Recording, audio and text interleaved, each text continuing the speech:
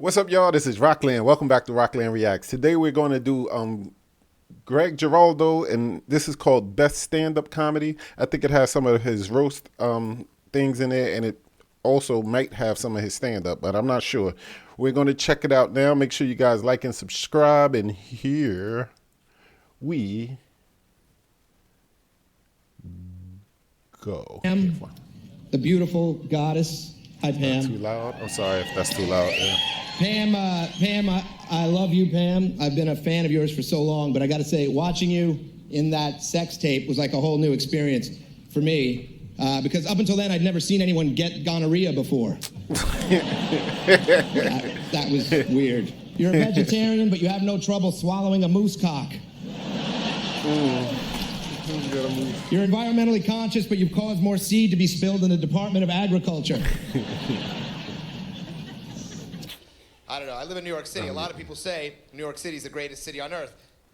A lot of people say London's the greatest city on earth. I don't know how you could say any one city is the greatest city. Unless you've been to every single city. What do you know? Maybe there's a city somewhere in Indonesia where there's like 28 people. 26 of them are hot chicks that'll blow you for a nickel. And the other 2 are dudes that give you nickels. It sounds like a pretty good city to me.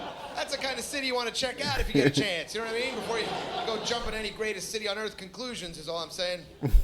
People say, why don't you just drive smaller cars? Why don't you economize? We can't do it. We can't drive smaller cars because we have big fat kids. You can't do it. You try wedging a clan of these mid-American behemoths with their Cheetos and their Funyuns and their Game Boys. You try wedging them in the back seat of a Honda Civic. It's not going to happen. You go to Asia, they got 12 little bastards on a moped, for Christ's sake. You know, in America, we need a Greyhound bus just to haul 2 little fat soccer practice. Jeez. We're a lucky, spoiled, and gluttonous country. I was in a restaurant recently. The waitress says, hey, did you leave any room for dessert? Did you leave any room for dessert? Did you leave any room for dessert? How gluttonous a concept is that? Did you leave any room? Is there more space in your fat, distended, bloated body cavity for more? Any chance we could put more in there? Is there any room, any space? Is there any possibility for more being crammed in your fat head? Any chance at all, any room? We got dudes with plungers that'll come out and cram food in your bloated esophagus. Is there any room for dessert? How about some death by chocolate? Can I interest anyone in some death by chocolate? Death by chocolate. Death by chocolate. How spoiled do you have to be as a culture to trivialize death like that? Science is moving fast as shit.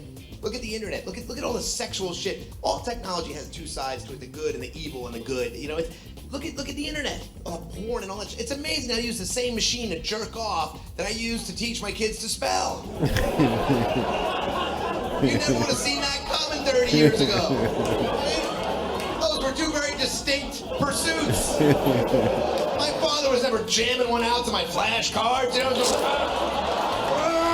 Got into a fight with his wife about his bar tab, so he jumped into the ocean and drowned.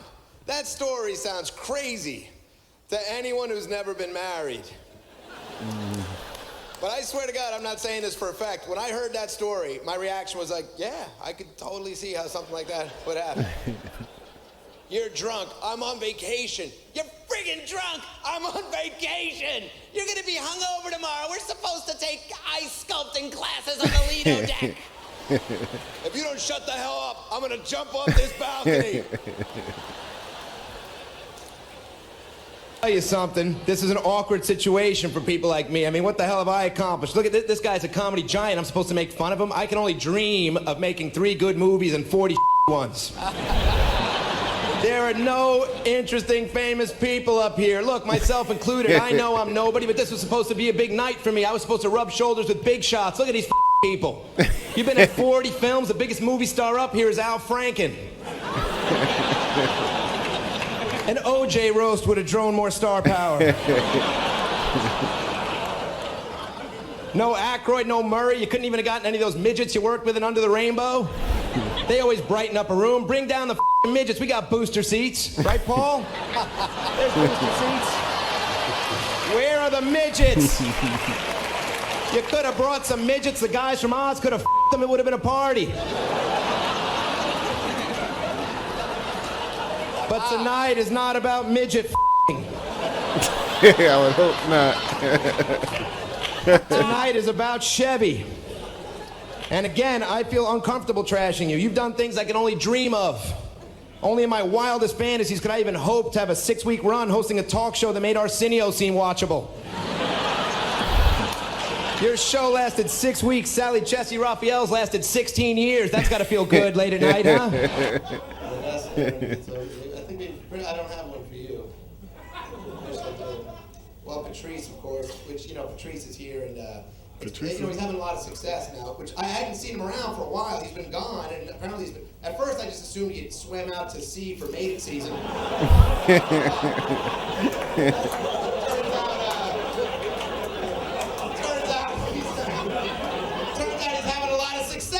Very successful. He's been cast in a new show. He's got to give him a hand for being on a new show. How about that?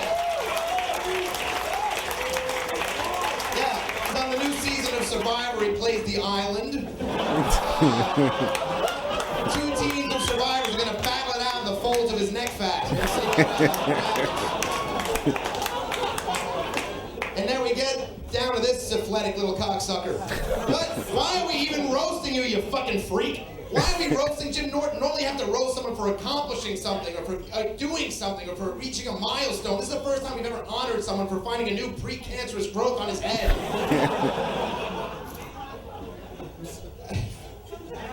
I know I sold that with more energy than it deserved. Wow, with that acting ability, I can't believe one of your sitcoms wasn't picked up. Jesus Christ, you're overacting in jokes. Move on. Strange you have the energy left since you were just standing on a milk crate in a sports bar and fucking hula hands 2 hours. By the way, Norton, I'm shocked you can make it out tonight. I would have thought you were home expanding your fucking What Should Happen to Martha Stewart while she's in jail chunk. He always tackles the controversial subjects. You know, I'm sick of people saying he tells the truth. He tells the truth. He's honest. He tells the truth. That's the biggest fucking pile of horse shit ever. How can you think someone tells the truth when he lets hookers shit in his mouth and yet claims he was never molested as a child? Seriously. Just fucking come clean, you dirty boy diddler. Just What he's been doing? You were touched more often than Jim David's prostate.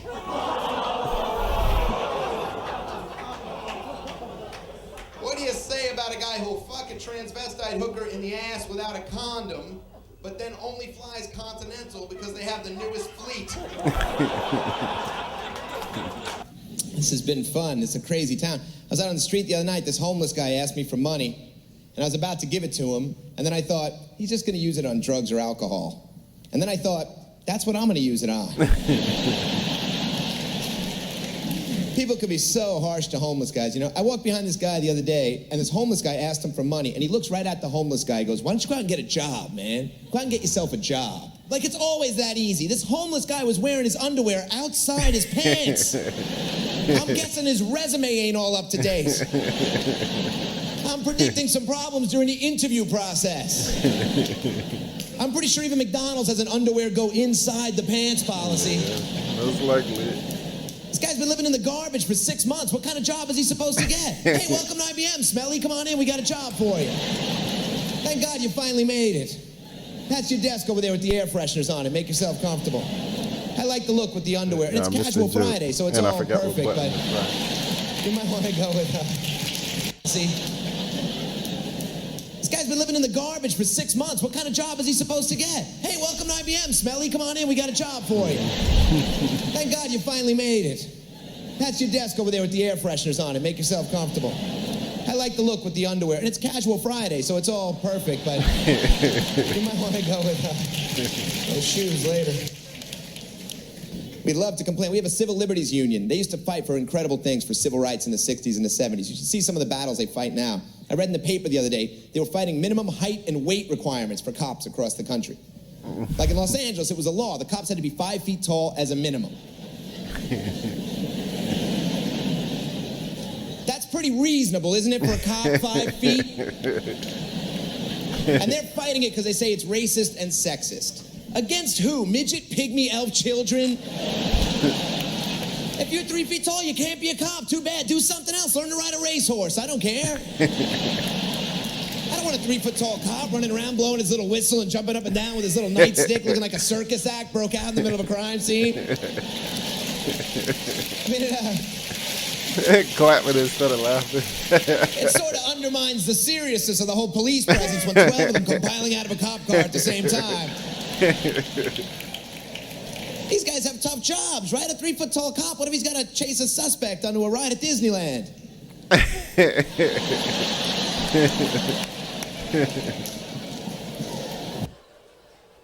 Well, gay marriage thing, I'll tell you that. George Bush says 2 gay people getting married would violate the sanctity of marriage. The sanctity of marriage. The sanctity. Is anybody here married? Was. Does it feel like a gift from God to you? Nope. Sanctity of marriage. You can get married in Vegas at 5 o'clock in the morning to some toothless crack whore you met 15 minutes ago. Not only do I think gay people should be allowed to get married, I think they should have to get married, because I'm a little tired of their happy-go-lucky lifestyles. They should have to suffer like everybody else. I'm sick of walking by these sidewalk cafes. You see these guys sitting there, they're all tan and fit and muscular. They're like 60 years old, but they look great because they don't have someone at home sucking the will to live right out of them.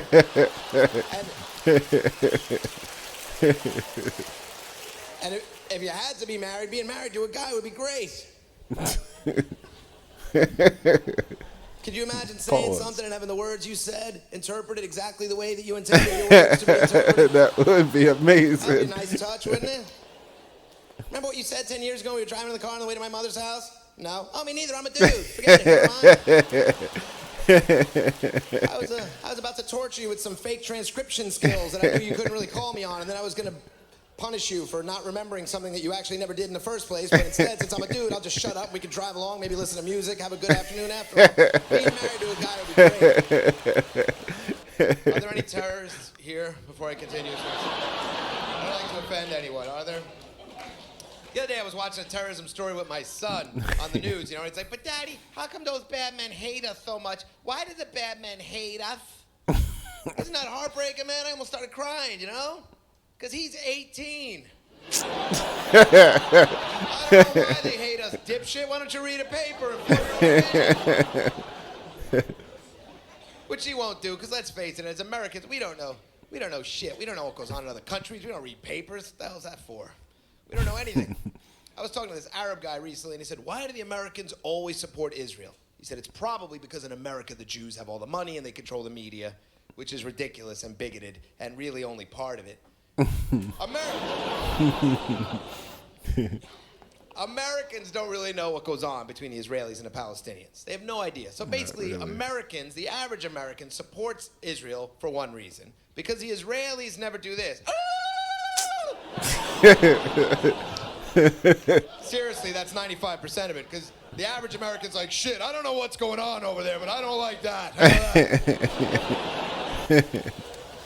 Everyone's very nice here in Canada.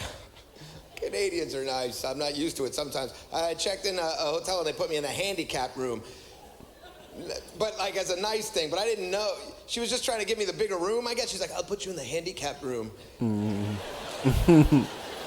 then, like, I had to be all appreciative now every time I walk past her. Thank you. I never thought that one day I might take a dump with my feet 3 inches off the ground. It is quite a special room. I slipped in the shower and almost fell. How ironic would that have been to become handicapped while actually staying in the handicapped room? I'm sorry, sir, you're never going to walk again. Well, ordinarily I'd be upset, but I'm actually all hooked up with a place to crash for the next couple of days, so. My wife and I just had a son about a month ago. Thank you very much. Thank you. And it's very exciting, but it's also incredibly hard, man. It's really, really tough. You know, and I was saying this to somebody, and the guy goes, yeah, I know, I don't have any kids, but I have a dog. So I know what it's like. People always want to compare their dogs to your kid. You don't know what it's like to have a kid because you have a dog. First of all, nobody has a dog because they were too drunk to pull out. All right, that's the first thing. That's the first thing. Nobody's putting a poodle through college because they couldn't control themselves for that one split second. And I have another kid, he's 2.5, so he was freaking out about the new baby, you know, and that was tough on him, and he kept saying, no want baby brother, you know, and I didn't even know how to handle it, so I was like, well, you see, if you had learned to speak better, maybe we wouldn't have had to replace you. With that kind of command of the English language, you couldn't expect us to pin all our hopes and dreams on you, could you? And I would tell him, though, I wasn't all mean. I would tell him, I said, we're still going to love you, just not as much. And we bought him a fish tank. You don't have to worry about it. We bought him a fish tank so he'd stop worrying about his new baby brother and start worrying about his dead fish. Folks, none of this really happened. You could all relax for a second. The kid's fine. It's important for kids to feel that life is short, I think. It keeps them focused. Now... All right, I stopped it because we're already at almost 15 minutes. I will definitely check out the rest of the best of Greg Giraldo on the next video. Let me just make sure I write down the URL of this video. But yo, thanks again for watching Roklan Reacts. I really appreciate you guys. Thanks for all the subscribers and the view time and all of that great stuff. And I've been missing, but I'm back, so I don't know how long that's gonna last. But anyway, thanks, like and subscribe, and I will check y'all out next time. Peace out.